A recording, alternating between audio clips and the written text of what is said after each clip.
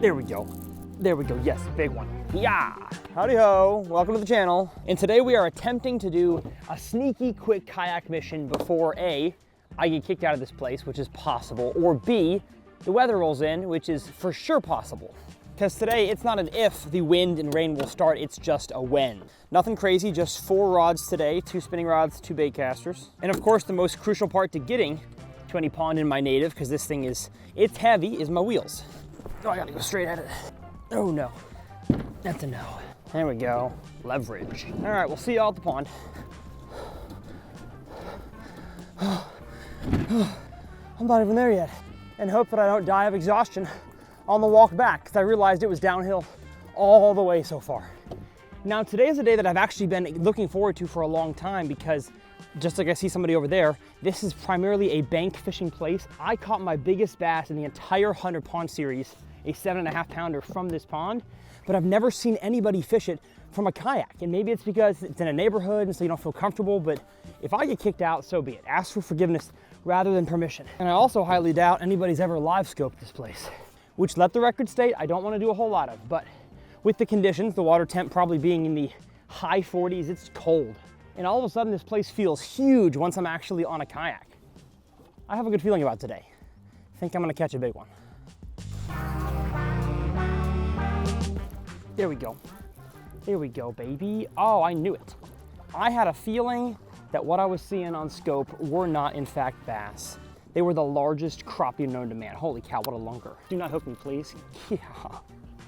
What a dinner ball. That's not even a phrase, I just made that up. Somehow I mixed butterball and dinner bell. But the red line treble hooks I put on there got this fish hooked, even though barely even slapped at it. All right, so some of these giant marks I'm seeing are not bass. They are giant slabs. So I think it's time to readjust my thought process here. Nice. The guy on the bank caught one. We're all having fun. Well, as I had predicted, the wind is coming. So I'm gonna fish the dam side because that's what's gonna get windiest first, and I'd rather get this area out of the way, catch what I can catch here, and then move kind of into the shallower back bays where I assume there's some fish, but I may have to slow down and not throw something reactionary to catch them. I just wish I had not went and got a bagel. So A, I wouldn't be so thirsty, and B, I'd have more fishing time. I just thought it was gonna rain. I want a beautiful cast in the wind, yes. Great. Thank you. So far, fishing is a lot tougher than I expected it to be. I mean, the water is 46. 47, nice. Upgrades. For if I do, my mother would say, bum bum. Gosh, that's a big fish. Whatever that is. Thing's giant. Whatever it is. It's a big one. It gets way deeper right here, dude. I got a fish. Oh, let's go. It's a bass. It's a bass, yes. I got one in a brush pile. Didn't even see a fish in the brush pile on scope. I just dropped in there and we got one. 0 bite at all. He's got black lips on the top and the bottom. Check that guy out. He's been wearing his emo lipstick and he is so stinking cold. Me too, buddy. All right, bass and crappie. Can we get the trifecta, the pond trifecta, and catch a catfish? I'll tell you what though, scope has taught me a lot about this pond just by looking at the bottom composition. And like this bank over here is way, way steeper than the rest of the pond. It's like 12 feet right here. It's a max of 10 in the middle, and then it's like 4 to 5 feet near the banks on that side. So I'm not sure why there's like a ditch running right here, but I mean, y'all can see that. Oh, look at all the bait fish down there. Goodness. And then way out there at 45, there's a lip that comes back up. So just beyond actually seeing fish on live scope, it teaches you so much so quickly about the contours in your pond. So when I come back here to bank fish later on this spring, which I'm sure I'll do, I have a lot better understanding now of why the fish may be sitting where they are. Oh, I caught a tree. I caught a tree. There's a lot of trees on this bank. Oh yeah, huge tree. Okay, so this whole like 30-yard stretch here is nothing but trees in the water. No wonder I caught him on a jig here one time. There we go. There we go, yes, big one, big one, big one. Finally got one to chase it and actually eat it. Oh my goodness. So there were big bass in here. I was like, did they all disappear? No, they're still in here. And I knew if I jerk baited enough, I'd hook me a nice one. Come on now. Oh, uh-oh, we got bad hook placement here. How am I gonna do this? I gotta go Hank Parker style. In the gills. Yes, sir. 4-pounder on the jerk plug. Absolutely scoped his face. And it's so cool to see how in ponds and lakes, bass display basically the same exact behavior. Thank you, friend. And I'm sure, of course, there are seasonal differences, and based on the cover and structure and water clarity, a lake and pond may be totally different. But in the wintertime, fish want to chase bait fish around if there are bait fish present in the body of water. And if you see a fish on sonar and it's moving fast, it's a bass. If it's not moving at all, it's a crappie. And I saw that in the crappie that I caught and the bass. Pretty cool to see the same exact behaviors. I'm gonna make a series at some point going from pond fishing to lake fishing, teaching you guys how to kind of bridge that gap there if you want to make the jump to buy a bass tracker or a small boat, or even fish in a large lake from a kayak, how to make that jump, because it can be scary. And I'll do it, of course, without live scope. But today, we have live scope. That's the size of a turtle on live scope. I've been casting at several turtles today, for sure. That blob that just went down was a turtle. And I've seen turtles chase my lure before on top of the water. So, you know what, now that I think about it, I've probably scoped a half a dozen turtles in my life, maybe more. The bank fisherman has moved to the other side, and I kept thinking, he's probably looking at me being like, man, this guy's in a huge kayak, fishing with live scope in a neighborhood pond. What a cheater. And then I looked and noticed that he's using live bait, so who's got the high ground, you know? Let's see if he wants a minnow. But Tyler, you're shaking a minnow from a pond. Yes, I am. Sue me. I like catching fish, all right? Oh, come on, man. Shot after it. Uh-oh, gotta open the spool, Tyler. All right, they don't want the minnow, that's clear. Seem like jerkbait kind of fish today. Okay, problem is I can't even get a jerkbait to these fish, they're too deep. So I guess minnow it is. Oh, I've got a fish. I've got a bass, yes, yes. I was shaking and I was like, that fish lost interest. Nope, he had eaten it and swam down with it. That's why he was swimming down, because he had my bait the whole time. Come on, yes sir, yes sir. Chunky 3.5-pound wintertime bass, Strike King Baby Z2. These fish are so lethargic. Like they're fast moving, but once they get to your bait to look at it, they're like, I don't know. I don't know how I'm feeling. I don't know if I want it or if I want to swim away slowly. But that's why that technique is so deadly. I mean, you can catch them in ponds and lakes with live scope, without live scope. Just cast it out there. Almost work it like a fluke, but shake it a little bit more. And that fish there, he bit and I didn't even see him. Well, folks, the rain has arrived. It's light for now. I can keep fishing for a few more minutes, but it's already starting to cover up that lens there. And with it is gonna come cold temperatures. It's gonna get to like, I don't know, 11 tonight or something. And that is super not cool. There we go. There we go. Oh, a slab. Another giant slab. Goodness gracious. Oh, look at that thing. Oh, you all can't see that well. Look at that thing. Man, they got some big crappie in here. No wonder the bass seem to be smaller than they used to be. These guys are taking over, which, by the way, if you didn't know that, crappies and bass are fun to catch, and oftentimes in big public lakes, you can have good populations of both, and they can get big. In ponds, most of the time, that's not the case. You either have giant crappie or you have giant bass. Can't really have both. They compete for the same shad. And ones that big eat a lot of shad. But I'm telling y'all, I've made so many casts today at fish. And you think in a pond that they've probably never been live scoped before, that it would be the easiest thing in the world. And it's not. Like, have I had a good day for the 2 hours I've been here? Yeah, I have. And that's because they have never been live scoped. But it doesn't mean you're gonna catch every fish that bites. And especially like this water clarity is not that dirty. It's like 1.5 foot visibility, but I have to land it in front of their face, the direction they're swimming. Every condition has to line up perfectly with my cast and my retrieve to get these fish to bite. And you don't do it very often, let me tell you. Oh, son of a biscuit, he had it, he had it. Come on. He had it by the plastic, I guess. Look what he did. He pulled my pants down. And the only way to actually thread a Elastec type plastic up onto a jig head is to snap it up. So you grab the shank of the hook. Oh, well, I snapped it too far, but snap, snap, snap. And then, you know, pinch if you have stuff to pinch, but most of the time it won't even hold anyways. So I probably should get some super glue. Either way, I'm almost done. My thirst for water is growing considerably stronger than my thirst to shake a minnow. Oh, I've got a fish. There we go. Is it another crappie? Holy cow. Biggest stinking slab of the day. I'm tempted to weigh this one. Look at that. Well, I'm happy I'm catching fish, but it's clear that a lot of the fish I see on LiveScope in this pond are not bass. They are giant wintertime suspendo crappie. That one probably goes 1.5 pounds, 2 pounds.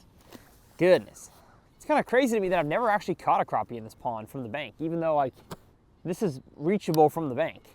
I hear the fat lady singing, so let's go see what, I don't know how to finish that. Uh-oh, I did not drift right. There we go. Mach smash. Ooh, oh, Lord. No, no, you're staying right here. Well, I would say that I accomplished more than I even expected to, honestly. Because I caught fish, had a good time, and did not get kicked out. And the weather seems fine. And now I'm really gonna get thirsty.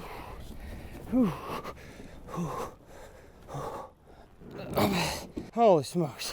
I cannot imagine doing that without wheels. Because with wheels, whoa, it was hard. Baby's not going anywhere. Well, folks, I'm thirsty and tired and hungry. We'll see you all at the house for some exciting garage kayak updates. Now, folks, I'm dealing with what I would call a first world problem. Now, if you don't know what that term means, it's basically like you go to the restaurant and your food is just slightly not as warm as you'd like. That's a first world problem. Somebody in not the first world would love to have that problem. And mine is that the tackle wall you see over there, it's disorganized. And because this is my full-time job, I can no longer afford to be unorganized. And so I need to use this underutilized space here in my garage and maybe somewhere else to make other pegboard areas, the one today being just for kayak fishing. So I got some pegboard right here, probably holds, I don't know, 15 or 20 different SKUs of stuff, and some 1x2 material. I'm not gonna be using all of this, but just as a backing underneath the pegboard. And so I need to map out how wide it's gonna be and have room on the sides for just my kayak rods. Because again, first world problem number 47, I'm gonna have combos that never leave what I intend to film them with. So kayak combos, bank combos, and bass boat that of course stays in the boat. So I think this is gonna be the configuration that I've landed on. My rods are gonna be on this side because they are relatively close to the wall. And when I hop in and out of my boat, I don't think I'm going to be, I don't think the reels down there are going to get in the way, but I could be wrong. We'll see in testing. I'm gonna hang on my tackle, and it looks like if I space the hooks right, I get 4 packs or 4 SKUs of soft plastics all the way across. And again, the reason I'm doing this is not to show off how much tackle I have, although I'm incredibly blessed to work with the companies I work with. It's just so that if I look at my wall and I see, all right, I'm going kayak fishing, I'm gonna look at the kayak wall and oh look, I'm out of this color of this worm. I know in my mind I have to place an order for that tackle, and I don't wanna take it off the bass boat wall, because then the next time I go bass boat fishing and I've taken the worms off there, I'm not gonna have them for those videos. So I'm just trying to cover all the bases possible to make sure you guys get the best video, and I never am out of a certain lure that I need to catch a big old bass. So let's get ourselves some wood, a little bit of miter saw action. It sounded more like a muscle car. It's like a no, that was even more like a car. Y'all know what I'm saying. It's a miter saw. Let's turn this wall into something functional. Just a little bit. Pop! Again! I landed in at least one stud somewhere. And probably the easiest way to make sure the top wood and bottom wood line up is to just hang it. That way we get it right the first time. And I guess we'll line up the ones on the sides that make sure that doesn't happen as well. Although I'm realizing they don't need to be nearly that long. Much better. All right. Secure. Honestly though, that's like a very secure tackle wall. All right, now onto the rod holders. Gotta get my level.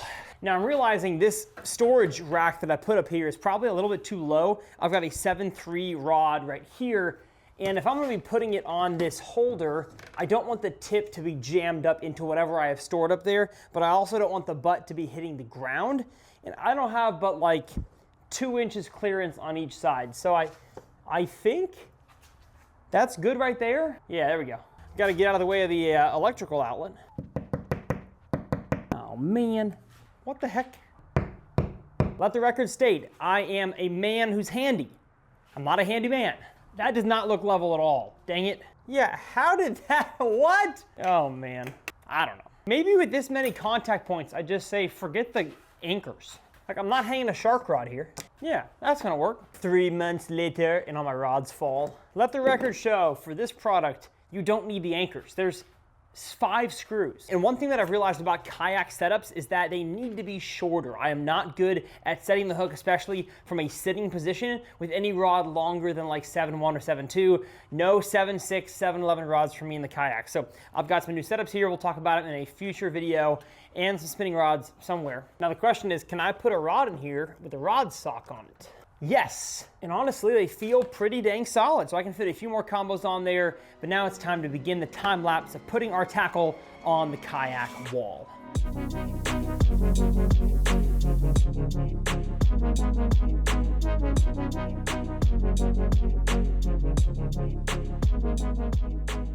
So I've completed what I think I can so far of the tackle wall, and you'll notice it's not done yet because I've got lures all over the place. Like I said, I have not been organized, but let me show you kind of what I'm thinking so far. So I think I'm gonna start up top here with soft plastics. I'm gonna have some variation of craws, creature baits, then worms and flukes, and then finesse baits type stuff, Ned rigs, super finesse worm, filler worm, all that kind of stuff. It might be in a different order a few weeks from now, but that's how it is now. Then I move the pegs a little bit closer together to fit all of my jigs. And honestly, this may have to be 2 rows depending on some of the new jigs we have coming out recently. Then the shelf below could be, again, thunder crickets, could be square bills, could be more jigs. And then I've got a terminal row. May have to bleed into the bottom or above. Again, not quite sure yet. And then the bottom, because you have, you know, unlimited space down there, the longer boxes. So the deeper diving crankbaits. I've got the wake shad here. I've got, of course, my favorite line through pre-hooked swim bait. Anything long is going to go on the bottom. Hair jigs, all that kind of stuff goes down here. Big top waters, where the rest of it fits nicely and neatly in its individual little stacked row. But you know what? It's been a fantastic weekend. I'm glad to have you guys along for the journey with me. I have no clue what I'm going to title or thumbnail this video, but it's just been a kayak build kind of weekend where I make sure I have my stuff ready to go for the year, because spring fishing is coming right up here in Texas, and I am so pumped to get on. I hope it to be the best fishing spring of my entire life, and I'm glad to have you guys along the journey with me. You know what? Since we talked so much about tackle, I feel bad doing that. I am going to pick one of you guys who comments down below your biggest springtime goal. Could be a personal best, could be I want to learn how to fish a vibrating jig or a hybrid hunter, or maybe I like the spinnerbait but I haven't caught many on it. What's your biggest springtime fishing goal? Which for a lot of you guys is not going to be until April or May, whatever spring is for you. I will randomly select one of your comments down below here in about 2 weeks time, and you will get to pick a lure for my brand new kayak wall or the bass boat wall, whatever you're feeling. But as always, it is a pleasure. I will have all my tackle I used in the actual fishing portion of this video linked down in the video description. My name's Tyler. We'll see y'all next time right here on TRF.